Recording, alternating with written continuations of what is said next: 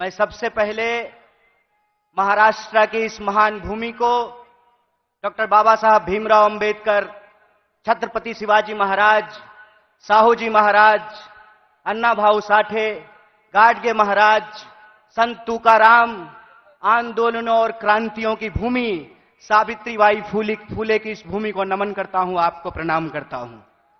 साथियों, बिना किसी औपचारिकता के मैं सम्मानित मंच का अभिनंदन करते हुए आप तमाम भारतीय राष्ट्रीय कांग्रेस के एक एक कार्यकर्ताओं का, समर्थकों का, मतदाताओं का, देश के कोने कोने में किसी भी माध्यम से इस कार्यक्रम से जुड़े हुए कांग्रेस परिवार के एक एक सदस्य को पार्टी की स्थापना दिवस के मौके पर हार्दिक बधाई देता हूं, आपका हार्दिक अभिनंदन करता हूं।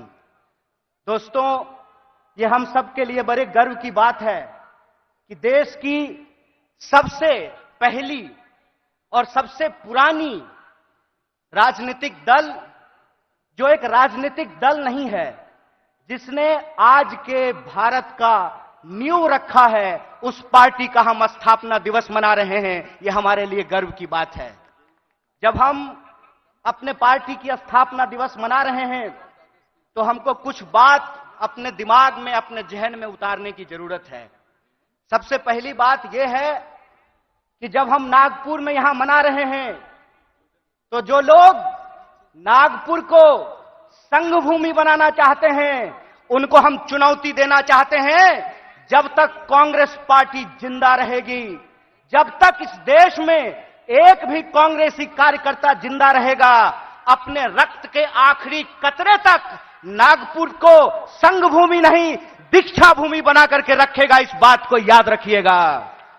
इस बात को याद रखिएगा कि जिस देश में हत्यारों का गाना गाया जा रहा है, उस देश में महात्मा गांधी पैदा हुए हैं।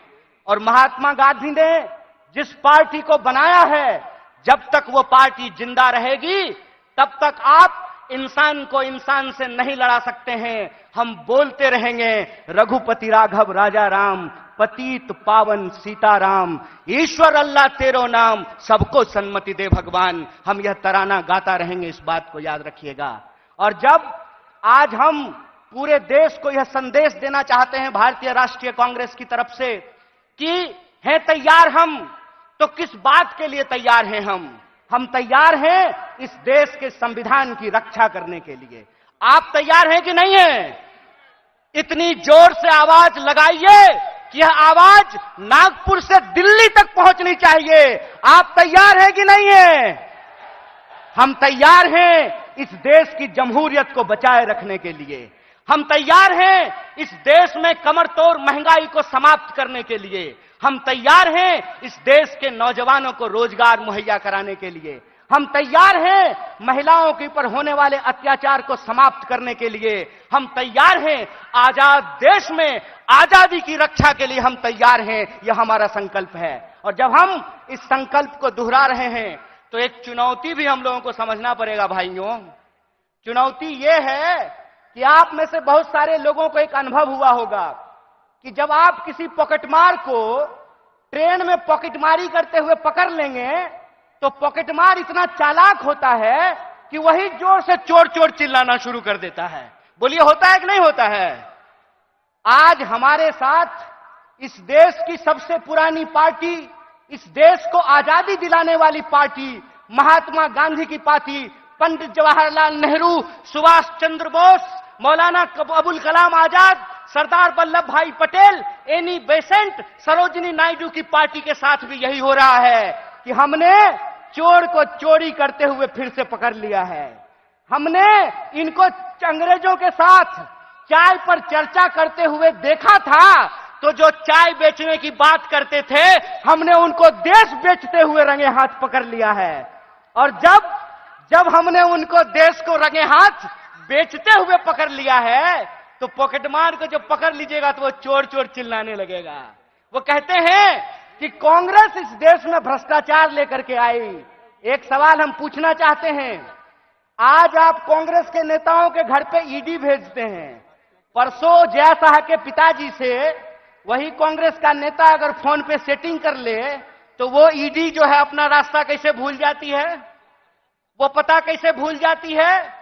इसका मतलब यह है कि जो पार्टी देश की पार्टी है, उस पार्टी को देश के आम लोगों के नजर में बदनाम किया गया है। और देश के आम लोगों के नजर में इसलिए बदनाम किया गया है कि अगर आप कांग्रेस के प्रति अपनी भावना छोड़ देंगे तो देश में कोई आपकी बात करने वाला नहीं रहेगा। इस बात को याद रखिएगा।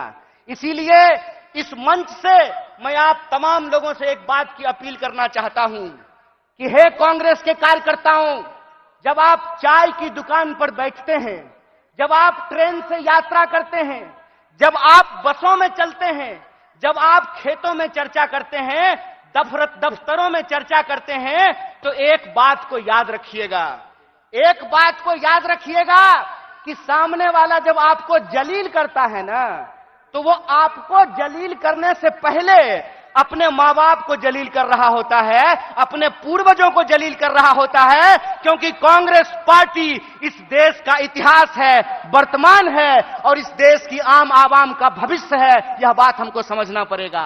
हमको समझना पड़ेगा कि कांग्रेस पार्टी अंग्रेजों से लड़ करके इस देश को आजादी दिलाई।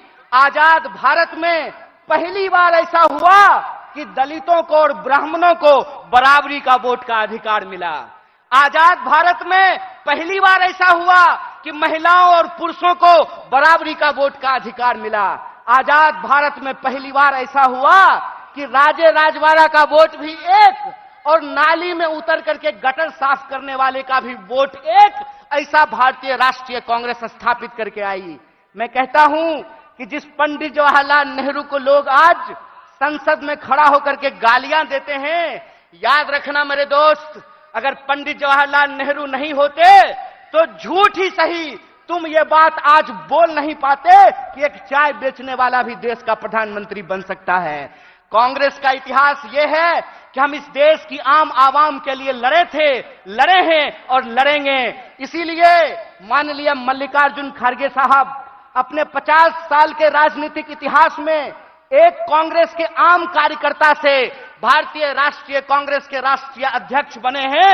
यह है कांग्रेस पार्टी का लोकतांत्रिक इतिहास, यह है इस देश का इतिहास। इसीलिए आप तमाम कार्यकर्ताओं से मैं अपील करना चाहता हूं कि आज जो देश की हालत है, जिस तरीके से किसान आत्महत्या कर रहे हैं, जिस तरीके से हर घंटे नौजवान आत्महत्या कर रहा है, इसीलिए हमको इस संकल्प के साथ चलना पड़ेगा कि ये हमारी कांग्रेस है, हम सब की कांग्रेस है, यह हमारा देश है, हम सब का देश है और इसको बचाने के लिए अपने शरीर के आखिरी खून के बूंद तक हमको संघर्ष करना पड़ेगा। तो आप बताइए, चुनावी हार जीत अपनी जगह पे है, देश बचाने के लिए, संविधान बचाने के लिए, सबको शिक्षा के लिए, सबको काम के लिए आप तैयार हैं कि नहीं हैं? अगर आप तैयार हैं तो आखिरी बात बोल करके मैं अपनी बात को खत्म करूंगा। हमारी रगों में उन पूर्वजों का खून बहता है जिन्होंने इस देश को अंग्रेजों की 200 साल की गुलामी से आजादी दिलाई थी। जब हमारे पुरखे अंग्रेजों की टैंक से नहीं डरे, जब हमारे पुरखे बलिदानियों का इतिहास बनाया, जब हमारे पुरखे फांसी के फंदे को हंसते हंसते चूम लिया, तो तुम एक बात जान लो भाई, तुम्हारा जो फ्रंटल ऑर्गेनाइजेशन है ना, ईडी और सीबीआई, उससे हम घड़ी घंट नहीं डरने वाले हैं। आप लोग डरने वाले हैं क्या? तो इस देश की बचाने की लड़ाई में सबको शिक्षा के लिए, सबको काम के लिए और इस देश के हर आवाम को बराबर के आत्मसम्मान के लिए आप संघर्ष करेंगे कि नहीं करेंगे? अगर हम पूरी तरह से संघर्ष करेंगे तो आखिरी अपील के साथ, आखिरी बात के साथ अपनी बात खत्म करता हूं कि कहते हैं कि कैसे आकाश में सुराख नहीं हो सकता, एक पत्थर तो तबीयत से उछालो यारो। अगर कांग्रेस का एक एक कार्यकर्ता आज भी गांधी को अपने दिलों में बसा करके सड़कों पे निकल जाए तो इनको हम सिर्फ हराएंगे नहीं बल्कि एक नए भारत के सपने का निर्माण करेंगे। इन्हीं शब्दों के साथ एक बार पुनः अपने पूरे नेतृत्व को धन्यवाद अदा करते हुए और हमारे नेता मुकुल जी को धन्यवाद अदा करते हुए आप सबका धन्यवाद अदा करते हुए अपनी बात को खत्म करूंगा। शुक्रिया। इनकलाब जिंदाबाद। जय हिंद, जय भारत, जय कांग्रेस।